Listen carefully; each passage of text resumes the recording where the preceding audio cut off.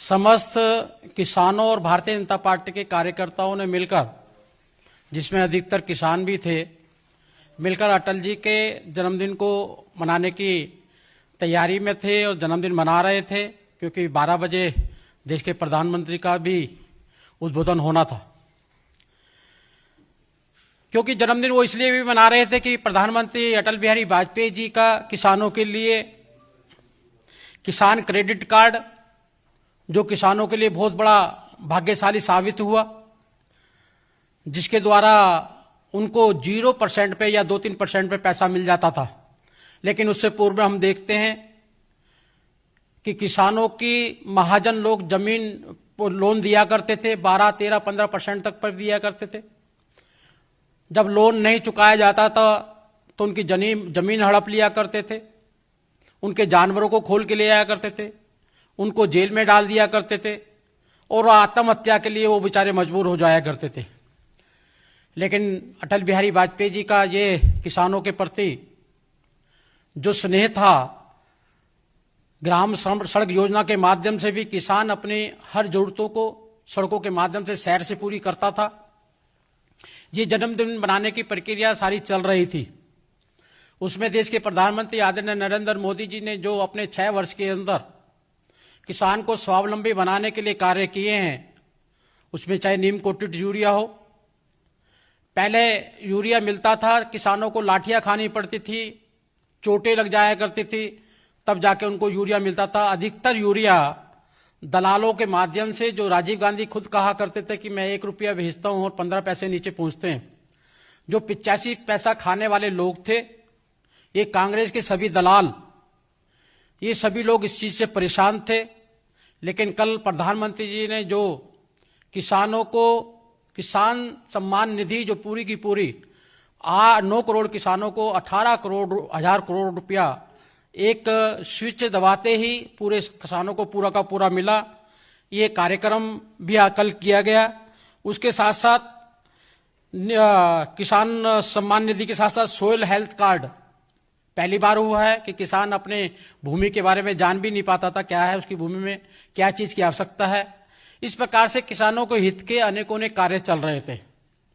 लेकिन वहां पर जिस प्रकार से पंजाब सरकार ने मिलकर पुलिस का साथ लेकर वहां पर उन बैठे हुए किसानों को, जो वर्तमान प्रधानमंत्री नरेंद्र मोदी जी का और अटल जी का धन्यवाद करने के लिए बैठे हुए थे, उनको सुनने के लिए बैठे हुए थे, उनके ऊपर लोहे की राडों से, लाठियों से, डंडों से आक्रमण किया गया, जिसमें हमारे एक कार्यकर्ता को 22-23 टाके भी आए हैं।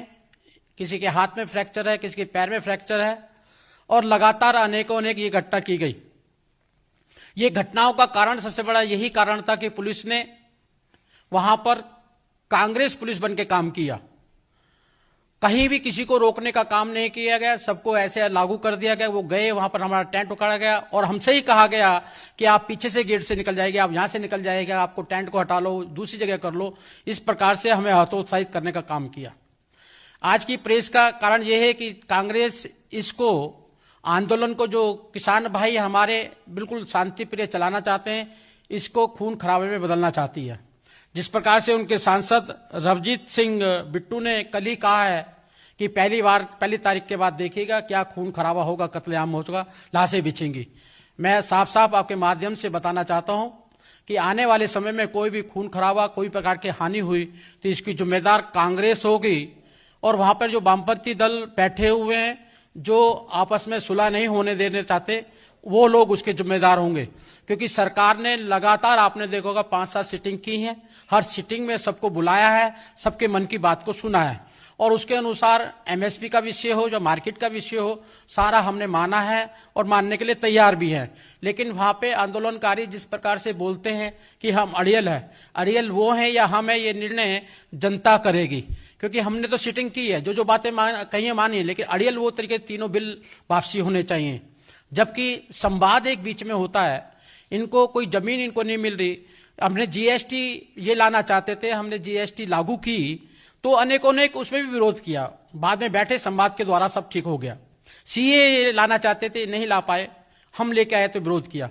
मुझे लगता है ये विरोध की राजनीति छोड़कर हमें किसानों को स्वावलंबी आत्मनिर्भर बनाने की ओर काम करना चाहिए। और भारतीय जनता पार्टी आज एक मजबूत और सशक्त भारत चाहती है, और हमें मालूम है ये मजबूत सशक्त भारत तब तक नहीं बन सकता जब तक इसमें रहने वाला गरीब, किसान, मजदूर आगे नहीं बनता।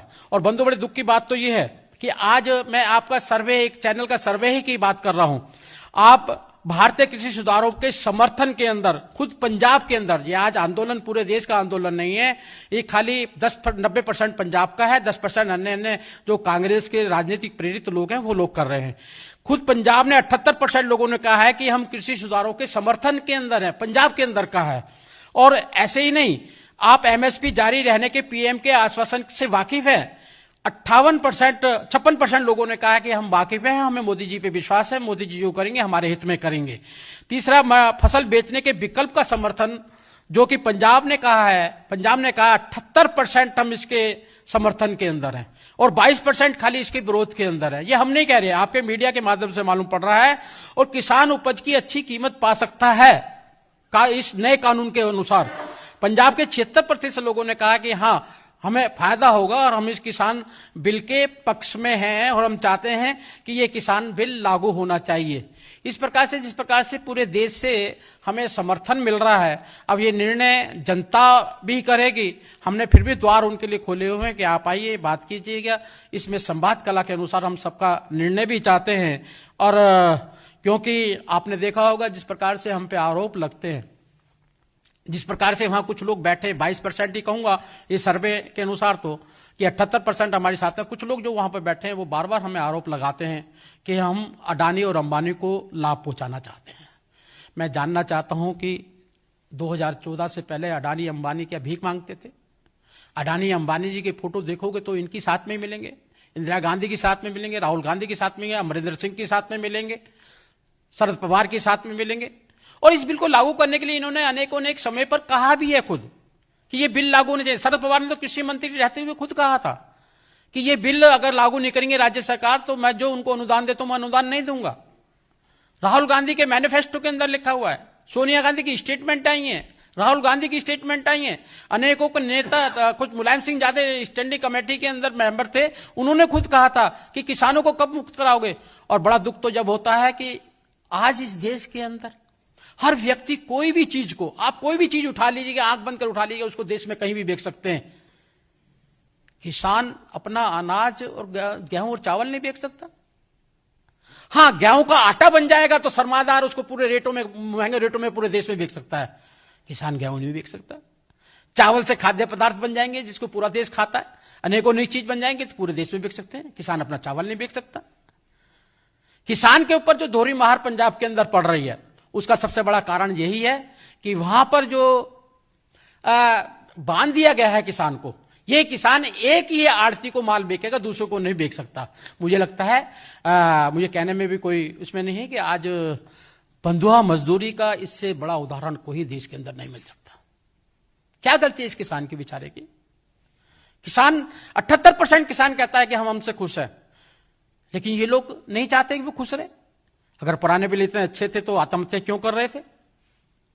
हम पूरे राजनीतिक दल के लोगों का जो अब से 20 साल पहले से अब तक कहा है, हम उस पर आधारित ये बिल हमने बनाया है और 78% जनसंख्या और किसान हमारा समर्थन कर रहे हैं। और कल जो किसान बैठे हुए थे अटल जी का और मोदी जी का धन्यवाद करने में, जो उन पर पथराव किया गया है, राडों से मारा गया, खून खराबा किया गया है, इसके लिए कांग्रेस और उसकी पुलिस जिम्मेदार है। आगे भी कोई होगा तो वही इसके जिम्मेदार होंगे, क्योंकि उनको खून खराबा करके शासन हत्याने की आदत सी बन गई है। धन्यवाद। मैं आगाह नहीं कर रहा, उनके सांसद ने कहा, नवजीत सिंह बिट्टू है, कोई एमपी है कांग्रेस का, उसकी स्टेटमेंट आई है कि पहली तारीख के बाद में खून खराबा करेंगे, लाशें बिछेंगे। मैंने नहीं कहा।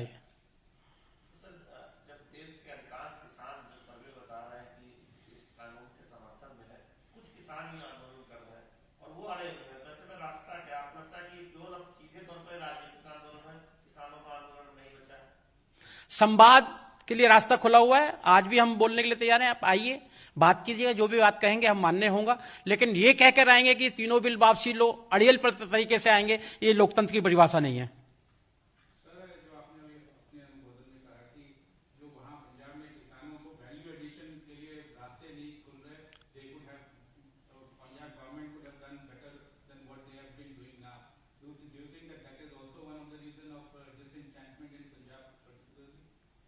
ये पंजाब के लिए भी मान के चल रहे, क्योंकि पंजाब में ही ये जो आंदोलन है इसमें 95% पंजाब के लोग हैं, 5% दाएं बाएं के जो किसी कारण से रह गए हैं कांग्रेस में, वो लोग हैं।